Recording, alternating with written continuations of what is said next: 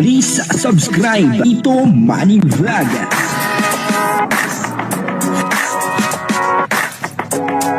Payagan po si Tito Manny Vlog na mag-reactor para pambiling gamot sa kanya pong karamdaman. Dito po sa video ito ay makikita po natin na si Krista ay biglang napaluha.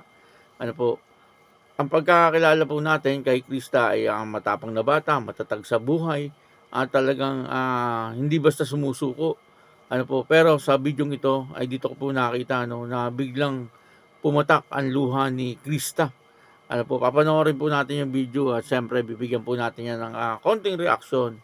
Pero bago po yan, ako muna po yung mga bati sa inyong lahat ng magandang umaga, magandang tanghali at magandang gabi sa inyong lahat mga kapatid. Saan man kayo ng panig ng mundo naroon ngayon ay mag-iingat kayo palagi at pagpalain kayo ng ating Panginoon. Maraming salamat din po sa patuloy na tumatangkilik sa aking YouTube channel at nanonood sa aking video reaction. Patuloy lang po natin suportahan sila Kuya Bal Santos Matubang, Kalinga Prab, Ate Edna Vlog, Junk Tapia at yung mga kasamahan ko pong reactor sa Kalingap. Ganun din po yung mga charity vlogger na Kalinga partner. Ito po yung video na kung saan ay biglang pumatak ang luha ni Krista. Ang pagkakakilala po natin sa kanya ay matapang, matatag at talagang palaban sa buhay.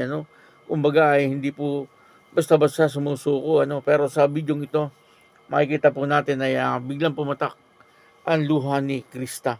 Ang kabuuan po ng video ito ay mapanood po natin sa YouTube channel ni Bal Santos Matubang. Ayun, supportahan po natin Bal Santos Matubang.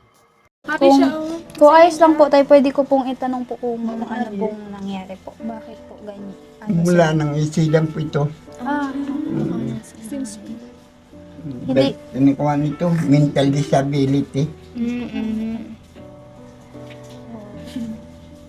Hello. Tawa lang tawa ito.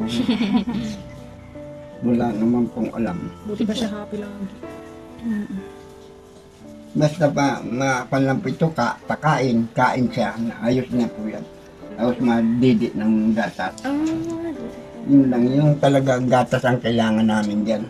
Yung yung Ashley po dito sa kabila. Ilang taon na po siya? Nag-aaral po yun. 19 anyos na po yan. Anak niyo din po? Hindi po makuha po. Ay, apo niya na po. Ibig sabihin po, ilan po ba ang anak po ninyo? 8. Asa po yung mga Namatay na po yung 5. Na-aksidente sa motor. Yung isa nalunod. Yung isa sa pagbuntis. Kaya ito wala na ito. 5 na lang po sila. Ito dalawa pa ito. Nag-asawa na po yung iba? Ay, asawa na po. Wala na nga kami natira dito. Pero nag-ano na ba, padala naman po yung mga anak po ninyo na nandyan pa? Wala nga mahirap pa sa daga. Ay, wala din po. Pag ako sahod ako sa senior, kuminsan mahingi pa ng bigas. Po, kaya masawa lang ng Panginoon. Kaya tulong po ng gaya ninyo ni Kuya Bal. Yun na lang inasahan ko para makabili kami ng masarap-sarap na pagkain.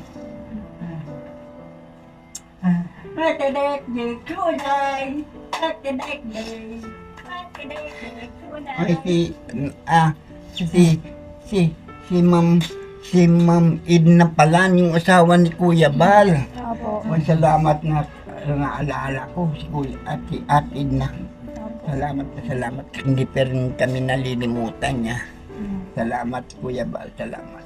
Sa palagay lang po natin isipin tayo, lagi lang tayo Ay, magdasal. wala naman po kaming Kasi- gagawin sa buhay, kundi Opo. maghapon lang kaming dasal. Opo.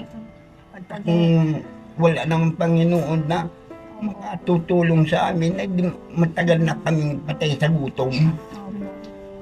Iwala lang tayo. At tiwala lang talaga. Yun lang ang pag-asa namin sa Panginoon Diyos. Magdasal na lang, magdasal. Gaya nitong hapon na ito, kahit maulan, si Kuya Bal napunta dito. kung para makita pa kami.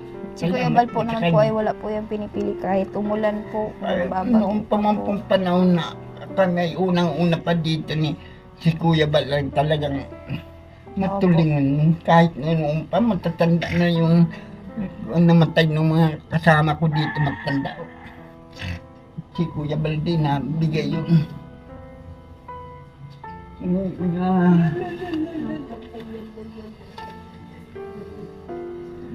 ito, wala naman itong problema, basta makakain ito. Opo. Ito, pagawa ito ni Kuya Bal, itong wala ito. Matagal na ito. Tibay po ano. Kuya Bal ang pagawa ito. Wala ito, wala itong kamang ganito noon. Pati yan, no, yan tinutulugan namin. Si Kuya Bal may pagawa niyan lahat.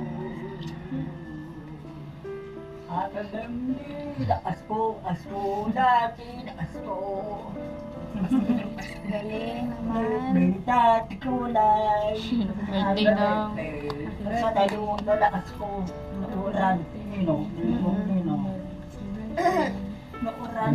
Yun po, maulan po. Ate, kasinda, doon dadaan sa kayo. Doon. Alin po? Nadasal. Ah, nadasal po. Nadasal Opo, po, tama po. nadasal lang yan. po Yan kayo ang palagi. ba namin, dasal lang. Ang dadaan sa kayo, oo. Suda na ako. O, nagsa na na yun. Dadaan sa Diyan na. Kibul. Dadaan sa Kibul. Wala. Ay, yung namatay ko pong anak, yung nawala na sinasabi niya, Ah, na na-aksidente sa motor.